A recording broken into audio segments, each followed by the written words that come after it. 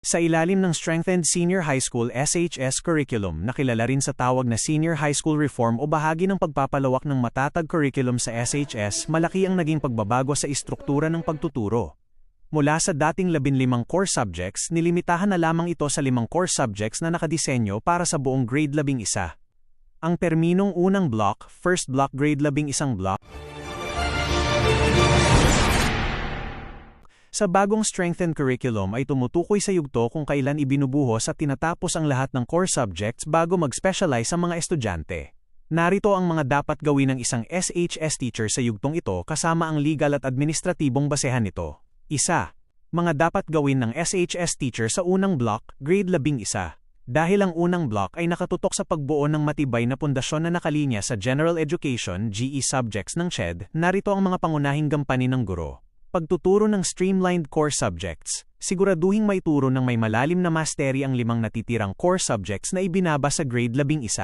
Ang 5 pinalakas na core subjects na ito ay 1. General Mathematics, 2. General Science pagsasama ng mahahalagang konsepto ng Earth Life at Physical Sciences, 3.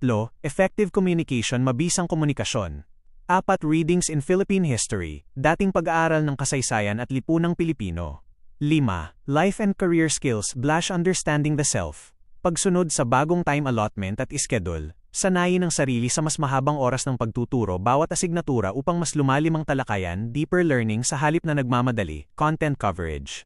Ang bagong schedule para sa core subjects ay 1 oras kada araw, 4 na araw sa isang linggo, 1 buong taon school year. Ito ay katumbas ng 160 instructional hours bawat core subject sa buong grade 11, doble sa dating 80 hours per semester.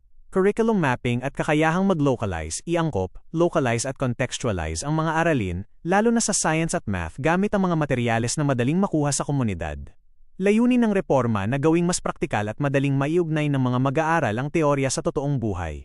Paghahanda sa mga estudyante para sa elective clusters dahil sa grade 12 ikalawang block ay purong electives at field exposure na lang ang haharapin ng mga mag-aaral. Tungkulin ng grade 11 teachers na gabayan sila sa pagpili ng kanilang elective clusters based sa kanilang kakayahan at hilig, student choice. 2. Ano ang legal at administratibong basis nito? Ang pagpapatupad ng reformang ito sa senior high school ay nakasalalay sa mga sumusunod na opisyal na pulisya ng kagawaran ng edukasyon. DepEd Memorandum No. 012/2026. Ito ang pinakabagong kautusan na nag-aatas ng full implementation ng Strengthened Senior High School Curriculum sa grade 11 para sa school year SY 2026 hanggang 2027.